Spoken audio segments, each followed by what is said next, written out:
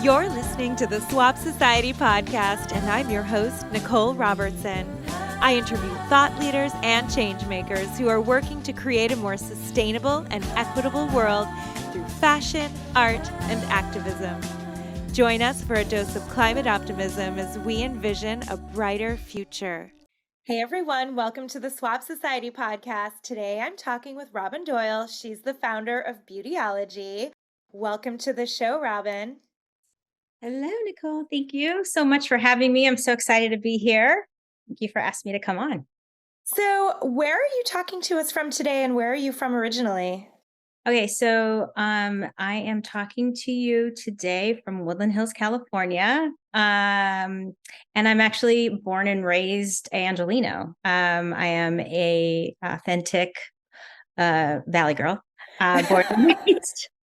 Yes. Born and raised in Northridge, California. And so I grew up going to the Sherman Oaks Galleria and doing all those things. Yeah. So Valley Girl is very close to my heart. I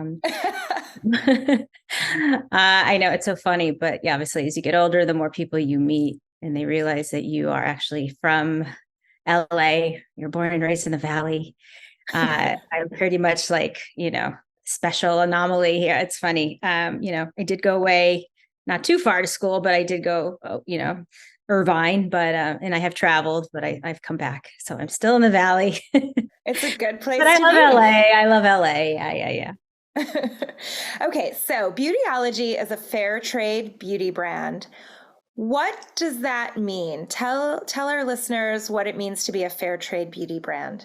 Yeah, thank you so much for asking. So Beautyologie is a platform. It's an online marketplace that I launched about 2 years ago, and I focus primarily on fair trade and ethically sourced beauty products. So beauty brands from different parts of the world that are either fair trade certified and or formulate with fair trade ingredients, and also follow the principles really of what fair trade is all about.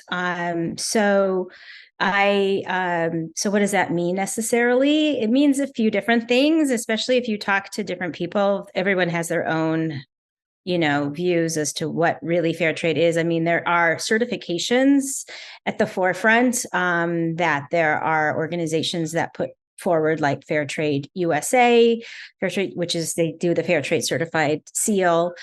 They focus specifically on products that are made in certified factories. So to make sure that the workers behind that are that are actually responsible for making these products are working in a taken care of in a fair way, making fair wages, that they have decent working conditions.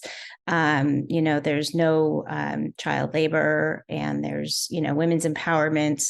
So there's a lot of pillars that are involved when it comes to talking about certifications. But in terms of beauty and what I kind of look for when I'm looking for brands to put on the Beautyologie marketplace are brands that are focused on certain ingredients that come from developing countries around the world, just like so much, we know about beauty is a mix of nature and science. So, you hear that over and over again, harnessing the power of nature and science to make this perfect, potion. So we're so involved with the science of all of this. And I don't, somewhere along the way, I feel like maybe the nature part of it kind of got lost in the shuffle. So I've been focusing a lot on brands that focus on, that work with products, ingredients like shea butter or cacao, cocoa butter, argan oil. All of these we know are in our beauty products. And they've been part of our products for years and years, but they're fair trade is when we talk about, these brands are actually empowering the producers who are responsible for producing these ingredients, the farmers, the women in different parts of the world whose work is really, sourcing these ingredients and making a living. So fair trade beauty isn't just about the workers that are, say, filling the containers or mixing the formulas and, wherever the items are being packaged, but also down to the ingredients themselves, right? So is this, ethically sourced shea butter and that sort of thing? Yeah, absolutely. So I guess you could tell. So my background, I've worked in the beauty space for a long time. I actually started in editorial. I was a beauty editor for magazines in my early 20s. I wrote for a lot of publications, and I fell into PR, kind of just with the journey of life, and going from a print publication to being a freelancer to I even had a different business at one point. I had a hair accessories company that I had done. And so I knew how PR worked. And so then I kind of fell into that PR role because I had friends that starting businesses, and they asked me to help them with their PR. And so it was just kind of like a natural evolution. It wasn't ever anything that I was like, went to school to specifically or worked for a agency. And over time, I realized that I had worked with these other brands that were also fair trade. For instance, I worked with a shea butter brand. And so she she had created a cooperative of women in Ghana and was able to pay them 5 times the living wage to be able to produce this shea butter, and then bring it to the United States and make it into a cream and a balm and soaps, and then sell it to the United States market. And she sold it in Whole Foods and different places. And that was my first real entree into like what fair trade ingredients meant. I had no idea before that, but until then I realized, we go to the store, we buy whatever looks good on the shelf in Sephora or Target, but we never really think about like these ingredients and where they come from, so that has really stuck with me over the years in doing this work in the beauty industry. And I realized, I saw this white space really over the pandemic, or before that, but like this is my whole, like how I created Beautyologie was I wanted to focus more on, trying to bring light and, I don't know, education, and just bring more awareness, I guess, to the public about where our beauty products are coming from and how they actually impact these women in different parts of the world. And primarily they are women, really. I mean, because women are farmers all around the world. There's lots of studies, and you can, it's proven that, so many of these different places around the world, these are women that are harvesting these ingredients. And, they're also child bearers. They're trying to take care of their children. They're trying to, take care of their families and make a fair wage. And so, when you start dealing with fair trade, it kind of helps them really, make it all possible.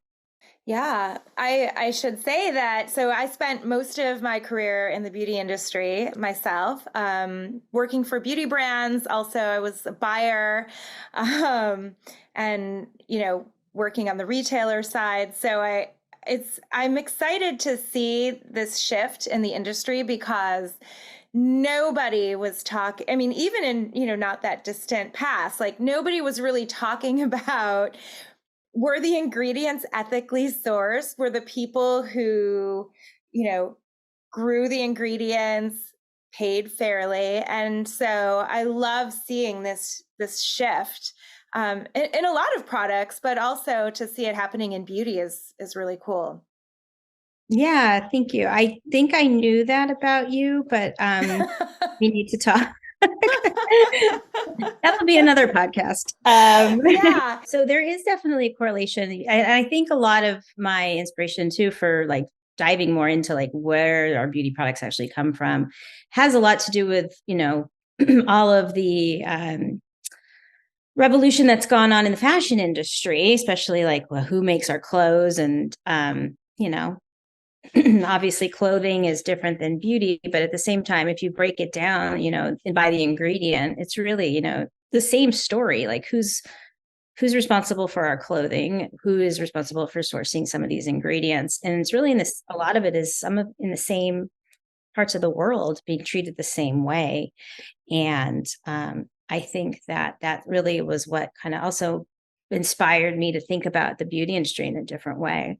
I had actually taken a trip to India a few years ago, and I had visited some manufacturing companies and places where they were making clothing and doing different design work. And and it just got me really thinking more also about the beauty, because that's what I've been doing my whole career. And so that also got me thinking, and that's kind of also what helped me kind of create, Beautyologie.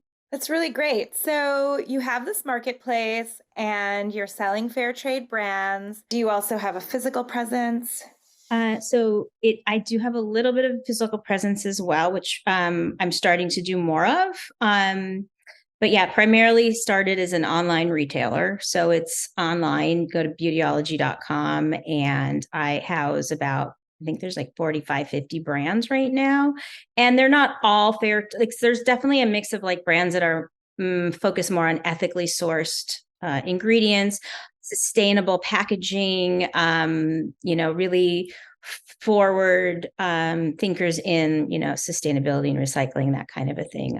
One of my favorite makeup brands is like the first color cosmetics brand that was ever certified to be a B Corporation, which is super cool. And so I try to, because there isn't a million brands out there that are really, it's hard to be a fair trade certified beauty brand, first of all, because beauty is made up of many ingredients. And so really it's like, if it's made up of just a few ingredients, and that could be, fair trade, because you have to certify every ingredient, right? So, but, so it's in that respect, I have had to kind of like broaden my offerings and try to look and see like, well, what is, are they walking the walk? Are they really talking about these causes that are what I want the mission of Beautyologie to be, and so there are a lot of brands, and so there's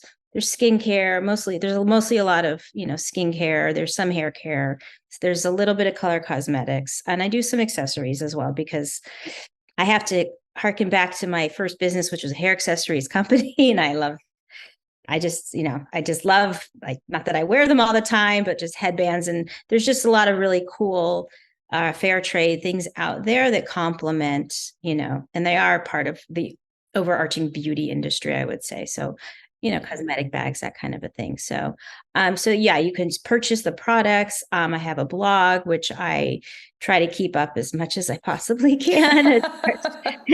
When you're trying to do all these things, a little challenging, but we focus on brand founder stories. We talk about different, holidays, what fair trade is, like what fair trade. We just did something on World Fair Trade Day, which was May 13th. Focusing on ingredient stories. I have a whole ingredient checker on my site, so you can go in and see like where these ingredients come from and what they do. And also then it breaks it down further into like finding certain products within these particular ingredients. So let's say you're looking for something with rosehip oil. Well, you could go in there and you could find the products that actually have that ingredient in them. Another aspect to the site that I created, which is a country by shopping by country. So you can find, products broken down from ingredient sourcing from, let's say, India or Morocco or Ghana or Guatemala. So there's, you get like a geographical education as well about the country. And then also like, these are products from these regions, if you're looking that way. So I have a bunch of things going on. I've also created this little section on the site called Beautyologie TV, which houses a bunch of brand videos from some of the founders talking about their stories, interviewing maybe some of the producers from their regions that they work with that source the ingredients, so people can get like a really, different perspective on, what these brands are all about, who's behind them, and get them excited, because a lot of these brands are smaller brands. They're not necessarily brands that you're going to go to Sephora and be like, oh, I saw this brand on Beautyologie. Like, they're just different, smaller, mostly independently run, brands. And so, which makes it a little bit tougher when you're online, because you don't necessarily, know what you haven't seen it before. You're like, I don't want to spend the money on something online that I've never seen or touched. So I do have a few shop in shops, like retail shop in shops that I've worked on. In fact, because I'm based in Southern California, that's where they primarily are. But they've been really cool and helpful because people can go in and try and touch and see and feel, because beauty's so experiential. And then, it helps kind of bring people back to the website, that kind of thing. Yeah. And I imagine if these are smaller, less known brands, they probably don't have a lot of search for them either, right? So it's yes. So yeah. Hi, welcome to my world. Yeah, it is fun. It's really fun. I'm telling you. No. Yeah. So that's where creative marketing comes in, and trying to, get the word out there, and tap into, trying to find people that are obviously very interested in where they're spending their money and making a difference. And, it's, just like with fashion too, it's trying to find that right audience that is, more than just, obviously this is going to make your skin, soft and smooth, and it'll help you with your fine lines. But even beyond that, like, I'm trying to create like a whole, like, environment for like people that are interested in like beauty that's really doing good, that gives back. I love that. The beauty industry is so focused on that aspirational, eternally youthful, older women trying to look like teenagers, anti-aging drama in a bottle or whatever. And so much focus on this, I mean, we could get into the psychology of it, and that could be a whole nother episode, but I love this mindset shift that is happening. I love that you're doing what you're doing, because we should be thinking more about, is it ethical? Is it sustainable? Obviously, you want a product that works, right? You want a lotion that makes your skin feel hydrated, or whatever, a lip gloss that makes your lips look shiny, or whatever it is. But beyond that, so much of what separates one beauty brand from another, as I'm sure you're fully aware, is just marketing, right? Like and a lot of brands share labs and have the same stuff in the bottle as the next brand, but just a different package and a different message and different branding. And so much money and energy goes into that. And I hope that more and more people in the world start to shift that priority, right? And say, well, actually, what I really care about is also how it was made, and were the people who made this product treated fairly in good working conditions with fair pay. And so I love that. I think that's really exciting. Now, when it comes to your fashion, you did mention fashion a little bit.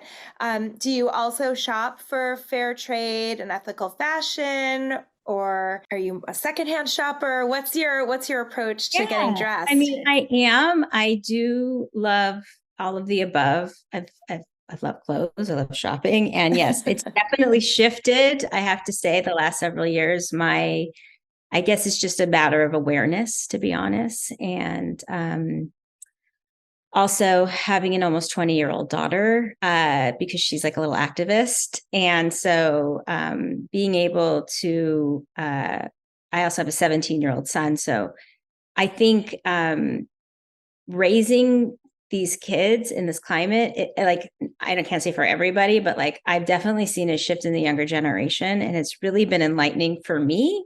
And I've learned so much also from their passion about, being more proactive about and just being mindful about their clothing and where they shop. And they love to thrift. And I mean, it's been something I've done in the past, but like the last few years, I've done more than I've ever done. And now it's like my favorite place to go are the thrift stores with my kids.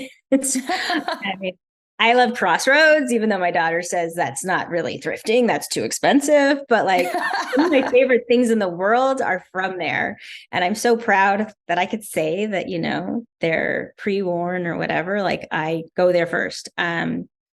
So yeah, I definitely am more into that than I ever was. And I do look for, fair trade finds for things for clothing, when I can.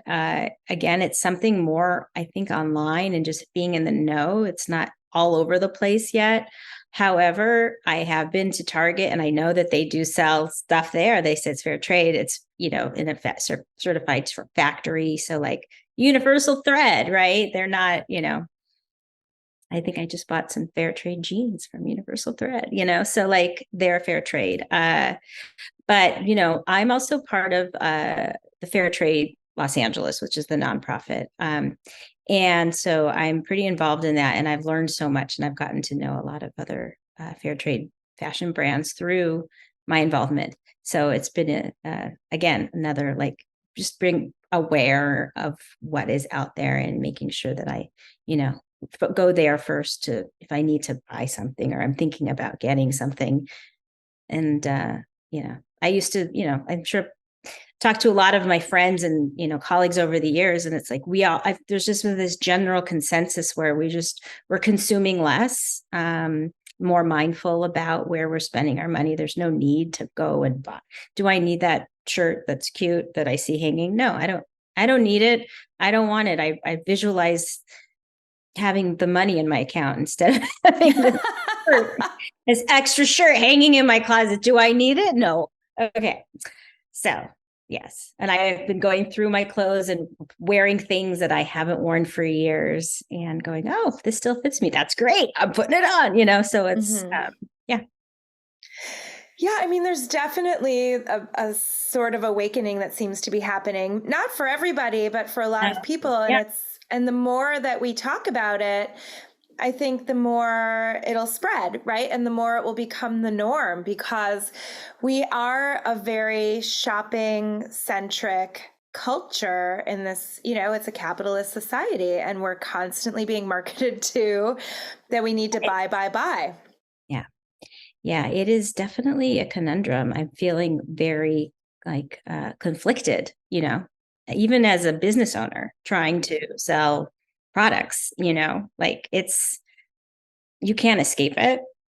So yeah, I don't know what the answer is. But we need beauty products. It's not even just wanting them, right? It's like we need to wash our bodies, and I can't go without creams and lotions. I have very dry skin. I have to hydrate, and, et cetera, et cetera. I also, I guess I technically don't need makeup, but I like makeup. I wear makeup, and I don't foresee that changing. And again, it's also back to self-care, which again is a huge topic, but it's true. And it's very important. And it's about making yourself feel good and look good. And when you look good, you feel good. And it just kind of flows through the rest of your life and how you're dealing with other people and your life and your family and your friends and your job and all of those things. So when you feel good about yourself, and if I can be, a tiny little speck of that, making you feel good about yourself with making you feel good with your skin, but then also knowing that you're giving back, or, you're putting your money somewhere good, then that's going to make you, be an even better, person in your life and for your family and everything else. So that makes sense. Absolutely. Well, and I have to confess, I mean, I have moved into, more sustainable skincare, body care especially. But the kind of the last place in my beauty routine that I haven't really kind of overhauled yet, and it's been on my mind a lot though, is my makeup, because I was a makeup artist for many years, and I worked for a lot of different brands over the years. And over time, I identified what my favorite foundation is, what my favorite lip product is, what my so there are certain things where it's like, okay, I haven't taken the time to research and find like the more sustainable, more ethical version of some of these things that I've been using for literal decades of my life.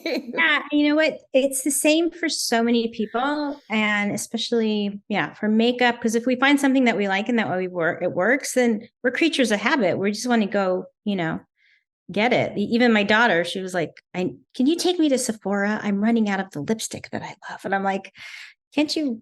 I have some lipstick in my office, like, don't you want to support your mom?" No.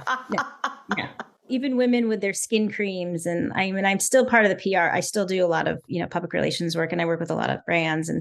And so I know, not that I need to be working in PR to know this, but like women are just, we're all like, we like what we like. We like to repeat, that's why we have subscription models all over the place too. But like women, especially, women of a certain age, they get used to like their Clinique or their Estee Lauder or their whatever it is, the older are Elizabeth Arden, like they just kind of keep using the same thing that they've been using. And they don't realize that there's so much more out there now. Yeah. There's so many new things that might even be better for you and your skin and the environment and the world. And you might like it even better, but you got to just give it a shot and try something different. So yeah, it's, there's a lot of options. Just got to be open to it. Yeah, no, it's on my list. It's like, I need to kind of swap out a few of my old standbys so that I can just like fully go in that direction as well. Because I mean, these are things that really matter to me. I talk about them all the time with people like yourself, but I'm also just trying to be gentle with myself and know that it's like, I've made a lot of changes and you can't do everything at once. No consumption. So no, I believe me. I know. I always tell like people like, you want to start with like your deodorant and your sunscreen, I think, because like, aside from being fair trade, it's just like the clean aspect of it, or the non-toxic aspect of the ingredients and, what it's doing to you, what it can potentially be doing is, so much out there now on, what all these products are potentially doing and linked to different debilitating issues, cancers, that kind of a thing. So yeah, I mean, what we put on our skin goes into our bloodstream. Yeah. So it's not this, it's porous. It goes into our skin. It goes into our bodies. And so many people are putting so many chemicals all over themselves on a daily basis that aren't good for them. For years and years and years. Just think of a lot of these women that have been using the same products for 20, 30 years, and it's got the same stuff in it. You don't know. For anyone who's listening, who's maybe new to this concept of kind of, what we're talking about here, are there a few key things that you think people should avoid? I mean, obviously, yes, everybody run to Beautyologie and get some fair trade and sustainable beauty products. But also, if there are some things that people might have, sitting in their bathroom cabinet, are there certain ingredients that are top of your list that you feel like, oh, please don't put this on your body? So, I mean, I said it just now, like deodorants. But to be specific, probably antiperspirant in particular, right? Anything with like,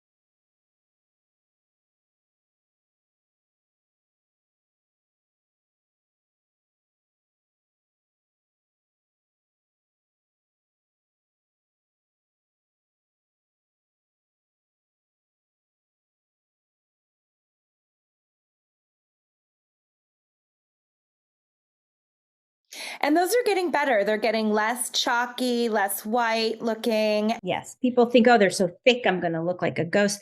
now there's so many amazing ones out there now that have those ingredients and they're perfectly fine. And those chemical sunscreens are bad for our oceans and marine life and also coral reefs and all of that as well. So not only are they bad for our health and to put them on our skin, but to then jump in the ocean with them on our skin is absolutely. bad. I mean, yeah, there's a lot of things now you can see where it says reef safe, no non-nano particle, that kind of a thing. So yeah, for sure. Shampoos, sulfates, which, that's not good for you either. One thing that's actually been trending on my site, which I love, and it took me a really long time personally to even get there because I'm pretty obsessed with the shampoo that I buy, are shampoo bars and conditioner bars. Again, it's just more sustainable, a lot less plastic. They last a lot longer actually than, a bottle of shampoo.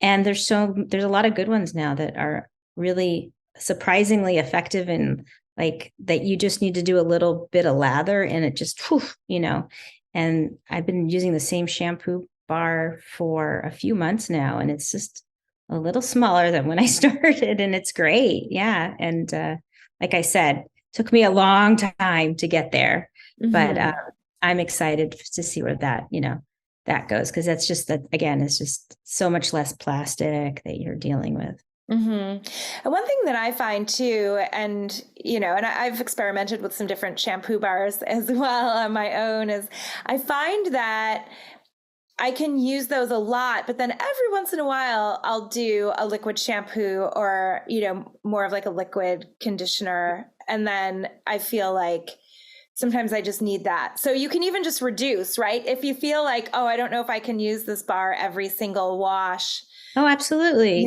It's good to change your products up too. I think it's good for your hair. I mean, I do the same thing, I don't feel like this is all I'm going to use, but yeah, like I feel even with any kind of a product, even with skincare, sometimes you start to use it. You're like, oh my God, this is the most amazing thing. And then you're like, well, because my skin is not used to it, so you're like, oh, it's great. And then as time goes on, you're like, oh, I liked it in the beginning. I mean, I've said this a million times and I have a lot of friends that feel the same, like, not to diminish the fact that the product's not good, but like when you start to use something, you might see the effects more, like just the fact that it's different and your skin is like really enjoying it. Same thing with your hair. So I think that's good to change things up all the time. Let's jump back into fashion a little bit. I always like to ask, because I love a good fashion love story, do you have a favorite piece in your closet? And if so, what is it? And what do you love about it? Actually, I have a couple things I'll mention. I love color and I love ornateness and just this, I don't know. I have this thing that I bought on my trip when I was in India. Okay. It's a skirt. And it's my favorite piece, but I actually never wear it either. It's more of almost like an art piece that I just have hanging and I look at it every day. It's a skirt that I bought in a market in India after I finished like going to some museum or whatever. And I saw it hanging there and it's like this long, I don't know. It's not a sari, but it's like made of similar fabric, but it's like this long, hot pink, very ornate beaded, but beautifully beaded skirt that is just gorgeous. And I could frame it really. And just, to me, it looks like art. And so I have this hanging outside of my closet and it's literally, I just look at it every day and I'm like, oh, this is so pretty. Like it sounds ridiculous. And I think I spent like 12 American dollars for it. Like it was just, something that it wasn't expensive, but it didn't matter. I was like, this is so beautiful. And I don't know the backstory or anything. It was just hanging in a stall in an Indian market. But, and then I have this other thing that I actually got recently and I love it. And it is a top that I got from one of my friends who's part of Fair Trade Los Angeles. And she specializes in fashion and handicrafts and homewares from Mexico. So she has different items and she had all these really cool things from Oaxaca. So I got this top that is, I don't want to screw up the word. I don't know. It's a hoipel or Do you know what I'm talking about? That design. So it's like, it's a reddish pinkish stripe, but then there's this beautiful embroidery on the front end and also on the back end. And it's like a boxy shape, but it's short enough that I can wear it with like high-waisted jeans. And it's just, again, very colorful and different. And I've worn it a couple times and I've gotten a ton of compliments and I just love it. It's not anything you would find in a store and people are like, oh, I love your shirt. So, I love like a, conversation starting piece of clothing. So, and again, I love it. I could like hang that and just look at it every day. Yeah, I also love color. It's funny. I mean, I think in the beauty industry, the uniform is head to toe black for so many companies. I'm wearing black, but yeah, no. Well, and I think I've spent so much of my life wearing black that I still wear black. But I find that I really do love color as well, but I don't always wear it as much as for considering how much I love it. I should probably wear bright colors more often, but it's one of those things, you get in. I mean, I wear a lot of denim these days, just like super casual, just easy to wear. And also I swap a lot. So I wear more neutrals, I think, than I might otherwise. Because if I were to go out and buy stuff, it would definitely be, fuchsia and turquoise. And if I'm going to spend money on something, I'm going to spend it on something that makes me happy, and color makes me happy.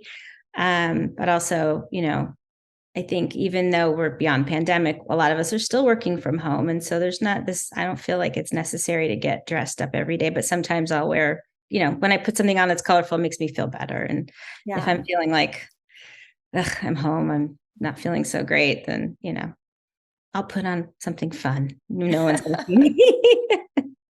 Maybe I should put on my skirt. What's inspiring you these days?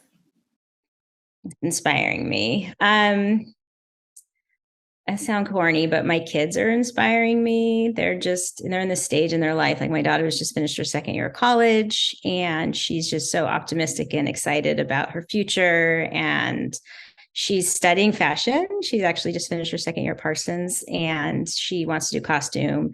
And just watching her and seeing what she's been working on in her designs and everything. And it's just like blowing me away that she's so creative. And,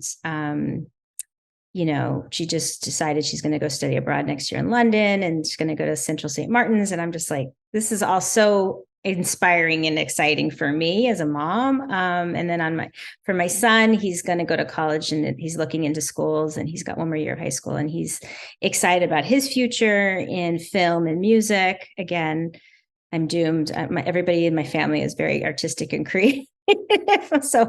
But yeah, he's just that aspect of like what he's doing and he's really into his music. And so I don't know, I've been finding a lot of inspiration and joy with them now, watching this part of their lives as they're slowly leaving me. My kids are young. They're 6 and 9. Well, about to be 7 in a few days, actually. My little one. But, when they're driving me crazy, I just try to remind myself that someday I'm going to miss this age and this time and they're going to go away. So it goes so fast, I have to tell you. Yeah. So I know I'm the same and they still drive me crazy, but, right? So yeah, but yeah, got to take it all in. Yeah.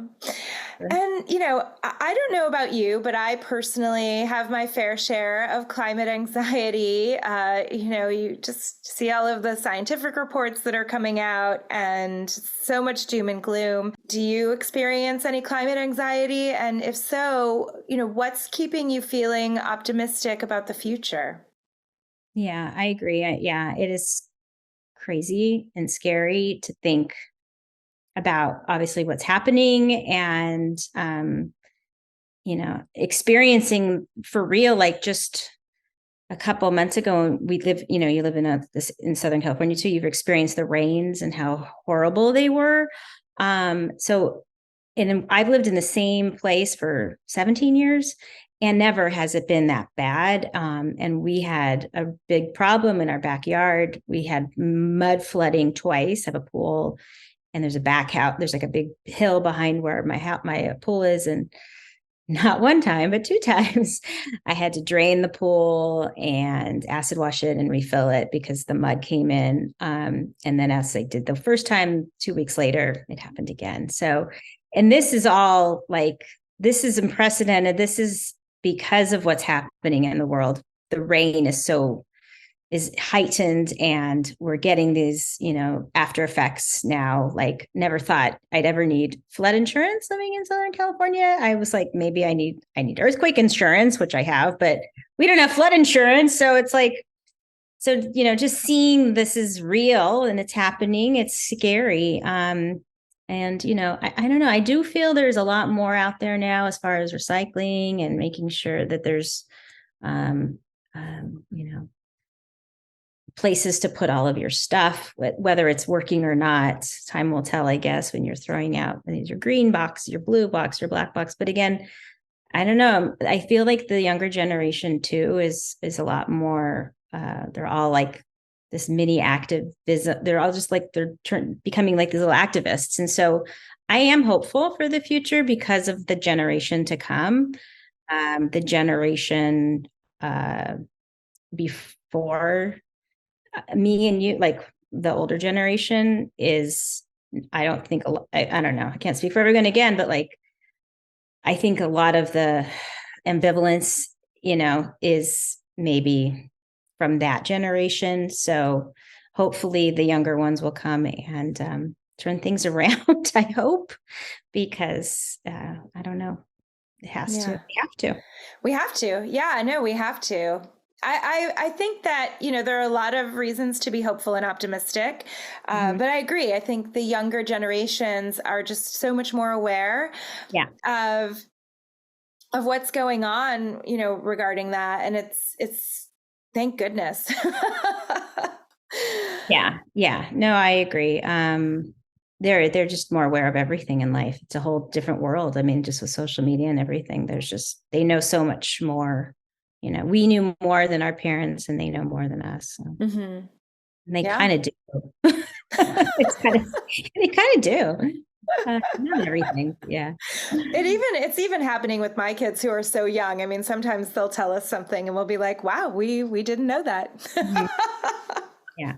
Good to know. Yeah, okay. So how can people find Beautyologie? They just have to go online. I'm there. It's Beautyologie. It's beauty and then OLOGIE.com. So I'm online. I'm on social media, on Instagram, same thing, Beautyologie.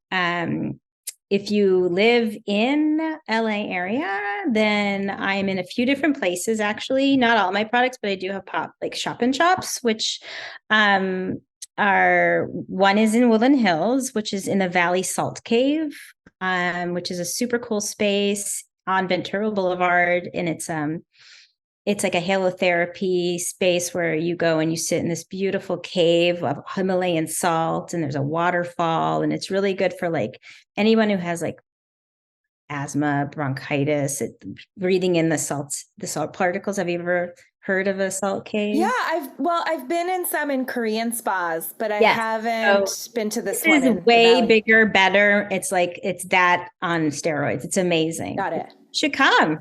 It's a really they do sound baths, they do all kinds of events there. Nice. Space. So I have my products there. Again, it's in Woodland Hills on Ventura Boulevard. I'm also part of a couple fair trade collectives in Long Beach. So there's Long Beach Fair Trade, which is on Bellflower, and I have a shea butter brand in there. And then next door, there's a really cute fair trade collective called Amarte, and it's AMARTE. And they focus specifically on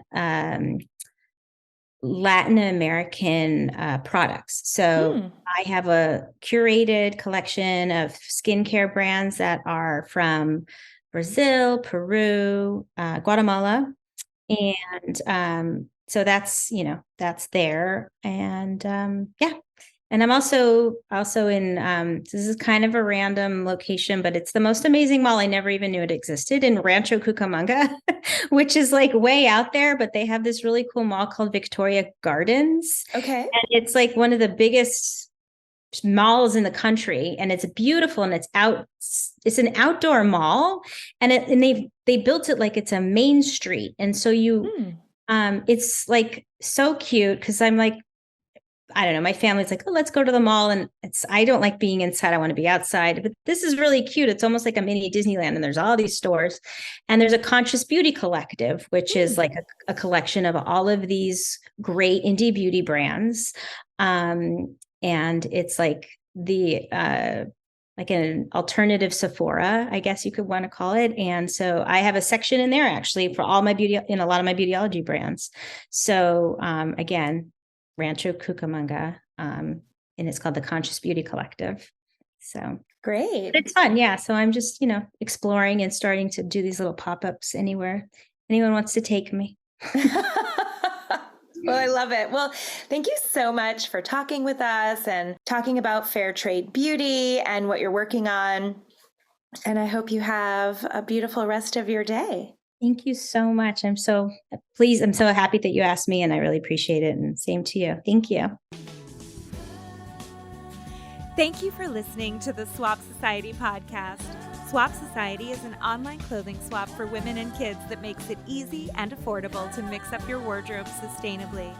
We're a growing community of women across the USA who are creating positive change by swapping our clothes and slowing down our fashion consumption. We would love to swap with you. If you're interested in joining, you can sign up at our website. Learn more at www.swapsociety.co. That's swapsociety.co. You can find the show notes for each episode on our website. Please get in touch with us on social media too.